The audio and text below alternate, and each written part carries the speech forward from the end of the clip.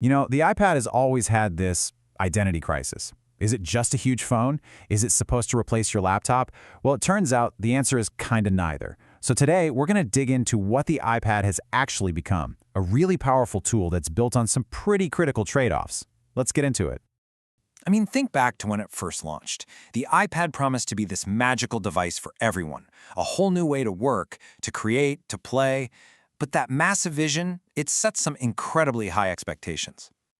So after more than a decade of updates and new models, what is the iPad really for today?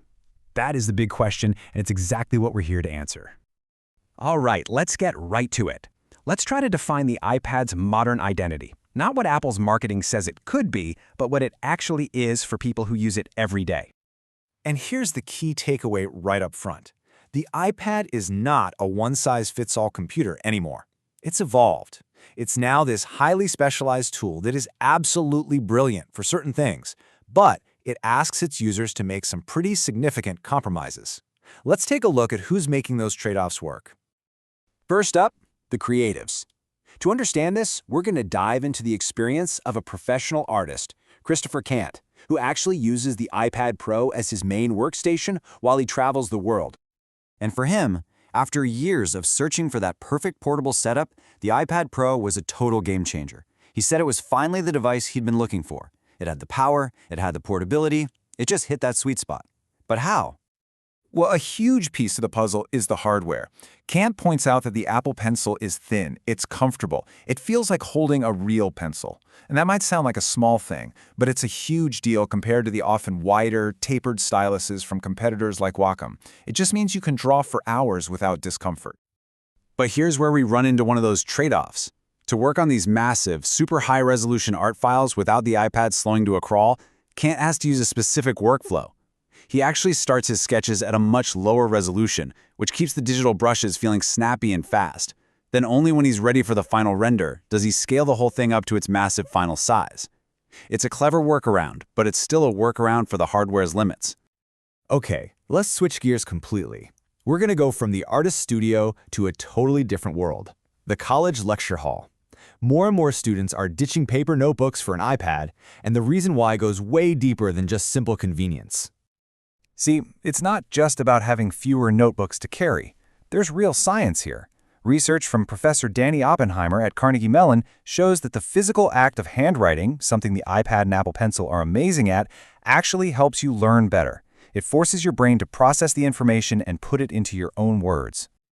And this really highlights the core choice a student has to make, right? Handwriting is better for deep learning, but typing is obviously way faster for just getting everything down. The iPad is pretty unique because it lets you do both really well on a single device. You can pick the right tool for the job. And the practical wins are just undeniable. You can erase and move things around perfectly. You literally can never run out of paper. And maybe the biggest win of all for any student's budget, you can just download and mark up free PDFs instead of shelling out for expensive physical textbooks. All right, this brings us to the ultimate question. The one that people have been debating for years. Can the iPad truly replace a laptop when it comes to getting real work done? Now, Apple's biggest swing at making that a yes is a feature called Stage Manager. On the newer iPads with M-series chips, it gives you resizable, overlapping windows and real support for an external monitor. Stuff that makes it look and feel a lot more like a traditional computer.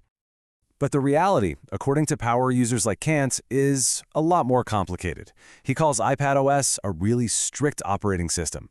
Even with Stage Manager, multitasking can feel instantly cramped on that smaller screen. And some basic file management tasks are still just completely awkward and inefficient compared to a Mac or PC. So what do you do when you absolutely need a piece of software that only runs on a PC?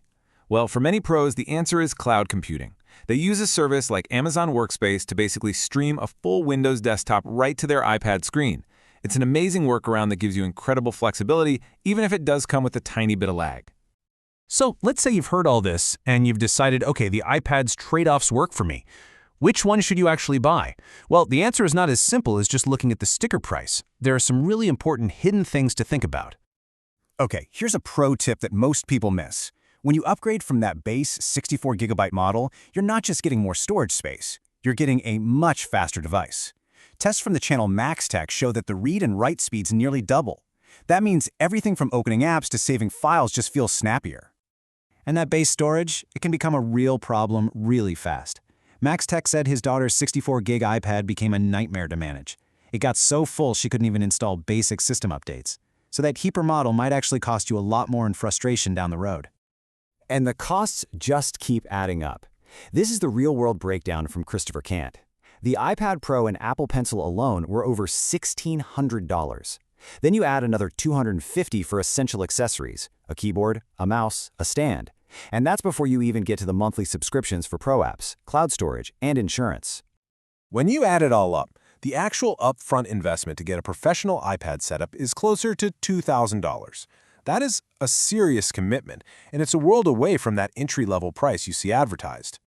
So after all that, after looking at it from the perspective of an artist, a student, and a professional, what is the final verdict on the modern iPad? It really just comes down to this. The iPad's strengths are incredible. It has portability that no laptop can touch, it has the best creative apps on the planet, and its handwriting experience is second to none.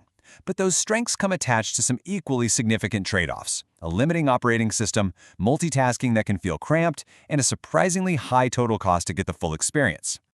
So maybe we've all been asking the wrong question for years. The iPad isn't a laptop replacement. It's something else entirely, a different kind of tool with its own philosophy. The real question isn't, can it replace my laptop? The real question is, does its very unique, very specific trade-offs work for me?